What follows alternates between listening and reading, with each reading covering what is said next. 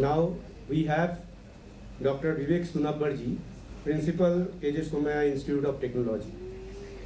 He is an engineer. I know him personally for many years, and he has been very much into our Ramakrishna Mission activities, and he has also been a devotee, and he is an engineer, and he is now in charge of KJ Somaiya Institute of Technology. In the past, he has been the director of Lokmanya Tilak College of Engineering in Koparkhed, Navi Mumbai for many years, and he has had experiences in other institutes as well in Mumbai and other parts of Maharashtra.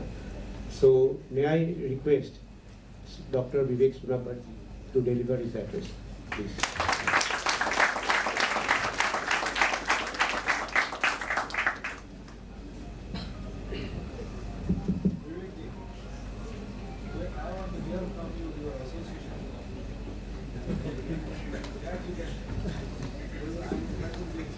जी महाराज, पूजनीय स्वामी सत्यदेवानंद जी महाराज, पूजनीय स्वामी कल्याणानंद जी महाराज, अन्य स्वामी जी महाराज in the audience, distinguished guests on the dais of the dais, और मेरे सारे युवा मित्रों, स्वामी जी ने आदेश दिया है कि पहले मैं कैसे रामकृष्ण मिशन से मेरा प्रवास कैसे शुरू हुआ। तो मैं स्कूल में था, 10वीं कक्षा में था। उस वक्त स्वामी जी के बारे में हम सभी, मुझे लगता है हमारे सभी के जीवन को स्वामी जी ने छुआ है। हम विद्यार्थी होंगे या परिवार में किसी सदस्य से हमने जरूर स्वामी जी के बारे में सुना होगा और कहीं से हमने प्रेरणा जरूर पाई होगी। लेकिन एक युवा अवस्था में ऐसा होता है कि हम लोग बाकी खेल कूद, उस वक्त तो टीवी वगैरह नहीं था, तो हम लोग ज़्यादा खेलते थे। तो मेरे और पढ़ते भी थे किताबें। तो मेरे घर के पास एक लाइब्रेरी थी और उसका रास्ता श्री रामकृष्ण देव और स्वामी जी और माता जी के मंदिर के वहाँ से होके जाता था, लेकिन लाइब्रेरी पीछे थी मंदिर के। तो हम मंदिर का चक्कर लगा के पीछे लाइब्रेरी में जाते थे, मंदिर में कभी नहीं जाते थे। लेकिन कभी थोड़ा उत्सुकता हुई और हम गए, फिर वहाँ पर दर्शन किया। और रामकृष्ण मठ नागपुर, जो कि वहाँ का हमारा सबसे नज़दीकी केंद्र था, उसके स्वामी जी कभी वहाँ पर आए, तो उनसे हमने सुना स्वामी जी के बारे में। और फिर नागपुर जाना हुआ। फिर कुछ किताबें जो है अपने कुछ उसके पढ़ने का संयोग मिला, और उसके बाद फिर अन्य जो केंद्र है वहाँ भी जाने का अवसर प्राप्त हुआ। तो मुख्य रूप से जो हमने रामकृष्ण मठ के जो सन्यासी महाराज है, उनसे जो बातें हमने सुनी और उनके जो आशीर्वाद हमको मिले, उससे मुझे लगता है कि हमारा जीवन धन्य हुआ। और उन्होंने जो भी कार्य हमें करने के लिए प्रेरित किया, उससे मुझे लगता है कि हमारा जीवन धन्य हुआ। मैं उनके चरणों में प्रणाम करता हूँ। आज हम सब लोग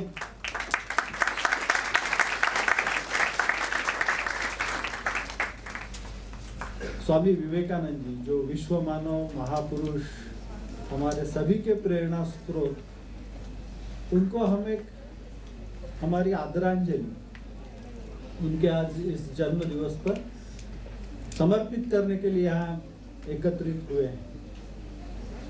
तो स्वामी जी के जीवनी के बारे में तो आप जानते हैं, यहाँ और भी सभी ने कहा।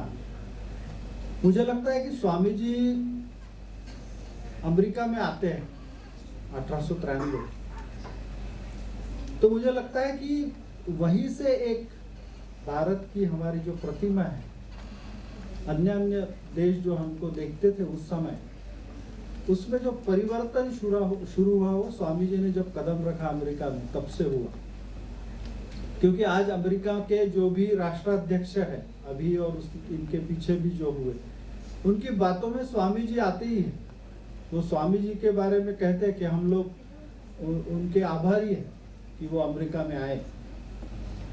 तो तब भारत की प्रतिमा ऐसी थी कि बोलते थे कि मदारियों का देश है, रास्ते में सांप घूमते हैं, सपेरे वहां पर है। और स्वामी जी को तो एक महिला ने पूछा था कि हमने सुना है कि आपके यहाँ माताएं जो है अपने छोटे छोटे बच्चों को मगरमच्छों के मुंह में डालती है, फेंकती है। तो स्वामी जी ने कहा कि आपने सही सुना है, मेरी माँ ने भी मुझे फेंका था, लेकिन मैं बहुत मोटा ताजा था इसलिए बच गया,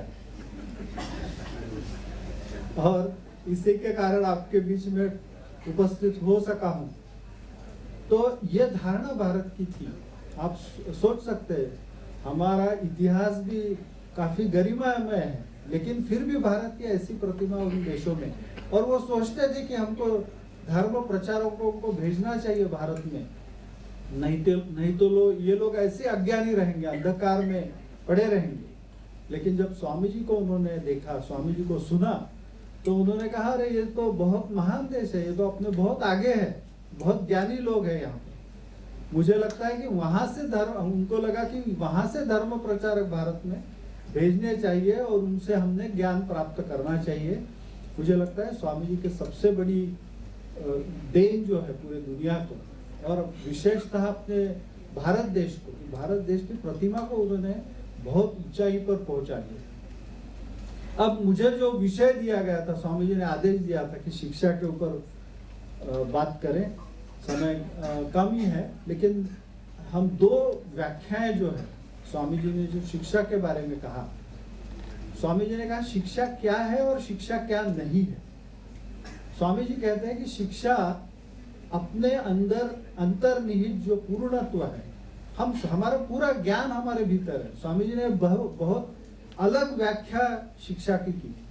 स्वामी जी कहते हैं हमारे भीतर पूर्णत्व है, पहले से ही हमारे अंदर ज्ञान है, उसको हम कैसे उसकी अभिव्यक्ति करते हैं, उसको कैसे प्रकट करते हैं, वही शिक्षा है।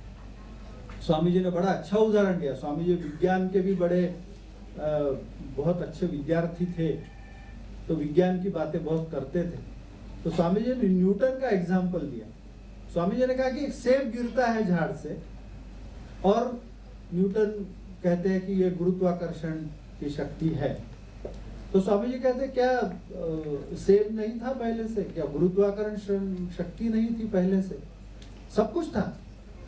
न्यूटन के अंदर वो विचार भी थे, वो विचारों की एक कड़ी तैयार हुई, और उसके बाद उन्होंने गुरुत्वाकर्षण का सिद्धांत रखा। तो यह अभिव्यक्ति जो है, स्वामी जी उदाहरण देते हैं कि जैसे एक पौधा है, उसको आप, उसके अंदर पूरी शक्ति है पूरे रूप से विकसित होने का, आपको थोड़ा सा उसको सहायता देनी है। तो मुझे लगता है शिक्षा का ये बहुत बड़ा उदाहरण है कि कैसे हम शिक्षा को प्राप्त कर सकते हैं। और स्वामी जी ने मुझे ये भी कहा था कि नई शिक्षा नीति जो आ रही है, उसमें कुछ इस बारे में प्रयास हो रहे हैं या नहीं। मुझे लगता है कि पहले जो हमारा शिक्षा का प्रयास था, हमारे शिक्षक, हम लोग कहते हैं कि आपको ये विचार करना है, ऐसे ही विचार करना है ना। तो ये पहले का एक पुरानी शिक्षा की पद्धति है। नई शिक्षा नीति में मुझे लगता है कि इसके लिए आपको, जिसको कहते हैं क्रिटिकल थिंकिंग, न्यूटन ने क्रिटिकल थिंकिंग ही किया, उसके कारण गुरुत्वाकर्षण का वो उसने आविष्कार किया, ऐसा हम बोलते हैं। आविष्कार किया नहीं है, वो पहले से ही था। या हम लोग अभी बात कर रहे हैं नई शिक्षा नीति में कि हम लोग कैसे क्रिएटिव हो सकते हैं, सृजनशीलता हमारी जो है वो कैसे बाहर आ सकती है, नई चीजें हम कैसे उसके बारे में सोचते हैं। तो इसको काफी बढ़ावा नई शिक्षा नीति के कारण मिलेगा। मुझे लगता है कि हमारा सौभाग्य है कि बहुत सालों के बाद 30 वर्ष के ऊपर हो गए, उसके बाद नई शिक्षा नीति 1986 के बाद नई शिक्षा नीति आई है, तो हमारे लिए काफ़ी अच्छा अवसर है। और आप जो युवा हैं जो अभी भी शिक्षा प्राप्त कर रहे हैं, मुझे लगता है उनके लिए भी काफ़ी इससे फायदा होने वाला है। स्वामी जी ने दूसरी बात जो कही थी कि शिक्षा क्या नहीं है, तो स्वामी जी ने कहा था कि शिक्षा ये नहीं है कि आपके दिमाग में बहुत सारी जानकारी भर दी जाए और उस जानकारी को, ढेर सारी जानकारी आपके यहाँ अंदर आ रही है, लेकिन उस जानकारी को हम यदि आत्मसात नहीं कर रहे हैं तो वो वैसे ही अंदर आपके मस्तिष्क में उत्पात मचाने वाली, it will run riot in your brain, Swami ji से वैसे होता है। जानकारी तो बहुत मिल रही है और अभी तो बढ़ गई। बहुत प्रातस्मरणीय हमारे बड़े बहुत वरिष्ठ स्वामी जी थे, उन्होंने वो एक गाना बताते थे पुरानी हिंदी फिल्म का। वो कहते थे कि मेरे दिल के टुकड़े 1000 हुए, कहीं यहाँ गिरा कहीं वहां गिरा। बहुत पुराना शायद गाना है, उसका उदाहरण देते थे। तो मुझे लगता है यह समस्या है हमारी, जानकारी इतनी है कि वो और बिखर रही इधर उधर। तो उस वक्त तो सिनेमा थोड़ा था, लेकिन बाकी टीवी नहीं था, इंटरनेट नहीं था, इंस्टाग्राम, व्हाट्सएप ये कुछ नहीं था, फेसबुक भी नहीं था। तो मुझे लगता है अभी तो ऐसा है कि मेरे दिल के टुकड़े 1000 नहीं लाख हुए, इतना हमारा ध्यान इधर उधर जा रहा है। तो हमारी जो एबिलिटी ऑफ कंसंट्रेशन या time span of concentration is going down. पहले हम सोचते थे, हम कक्षा में जब पढ़ाते थे तो पहले कक्षा 45 मिनट की होती थी, तो ये सोच के कि एक 25-30 मिनट बच्चा पढ़ता है, लेकिन मुझे अभी लगता है 1 घंटे का क्लास हो गया है सब जगह और पढ़ने की क्षमता है जो 15 मिनट पे आ गई। तो इसके कारण कि हमारा, तो स्वामी जी ने जो बात कही थी शिक्षा के बारे में, वो एकाग्रता, कि मुझे कैसे एकाग्र होना है। स्वामी जी ने कहा कि यदि आप एकाग्र हो सकते हैं तो आप कुछ भी कर सकते हैं। तो मुझे लगता है कि शिक्षा में हम सभी विद्यार्थी हैं, मैं भी विद्यार्थी हूँ अभी भी। तो मुझे लगता है कि हमको यदि आगे बढ़ना है, अच्छी शिक्षा हमको सचमुच हमको लेनी है। और जैसे बातें हुई कि शिक्षा का सिर्फ यह अर्थ नहीं कि हम कोई उपाधि ले, कुछ बने, पैसा कमाए, वो नहीं, हमारा चरित्र निर्माण होना चाहिए। हम जब चरित्रवान बनेंगे तभी हम इस देश के लिए, हमारे परिवार के लिए, हमारे समाज के लिए हम लोग जरूर कुछ कर पाएंगे। तो मुझे लगता है कि स्वामी जी एक बहुत बड़ा हमें सहारा है। स्वामी जी के विचारों का, स्वामी जी के जीवनी का, चरित्र का यदि हमारे जीवन में प्रवेश होता है तो मुझे लगता है हम सभी लोग बहुत धन्य हो जाएंगे और हमारा जीवन पूरी तरह से सफल और मुझे लगता है पूर्ण हो जाएगा। और हमें जो मुझे आजकल दिखता है, जो जितना मेरा बच्चियों से बात होती है, तो एक निराशा की भावना, क्योंकि हम लोग सब कुछ अभी भी मानते हैं कि परीक्षा पढ़ना है तो उसके बाद क्या, तो परीक्षा बस। और परीक्षा, फिर परीक्षा का फल जो आता है, परिणाम जो आता है, फिर उससे हम काफी बहुत बार निराश होते हैं। तो मुझे लगता है ये निराशा कभी आएगी नहीं, क्योंकि स्वामी जी को जो मुझे लगता है कि स्वामी जी को जो अपना ये मानता है, आदर्श मानता है, वो कभी भी जीवन में निराश होगा नहीं। ये स्वामी जी की आपके लिए मुझे लगता है गारंटी है। इसे गारंटी, हम लोग पूछते हैं ना कोई प्रोडक्ट लेते हैं, मुझे लगता है कि Swami ji is guarantees you will never have negativity in your life. तो मुझे लगता है आज हम संकल्प करें इस पवित्र पावन दिवस के अवसर पर कि हम स्वामी जी के चरणों में प्रार्थना करें, वो हमारे जीवन में आए और हमारा जीवन जरूर धन्य करें। ये मेरा सौभाग्य है, इस पवित्र मंच के ऊपर मंच से मुझे मेरे 2 शब्द यहाँ रखने का सुअवसर महाराज ने दिया। मैं उनके चरणों में नतमस्तक हूँ। धन्यवाद।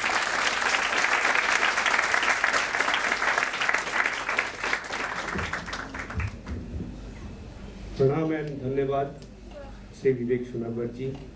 उनके जो स्पीच था 3 पार्ट में था, if you can remember. First part was basically his association, how he got associated with Ramakrishna Mission. That was very interesting. The second part was really what Swamiji has said about education, and that is really unique. You must have heard the speech properly. And the third part, how you can imbibe it in your life. So, and that was very optimistic address to the youth of today. Thank you, Dr. Vivek Sunabbar ji. Now,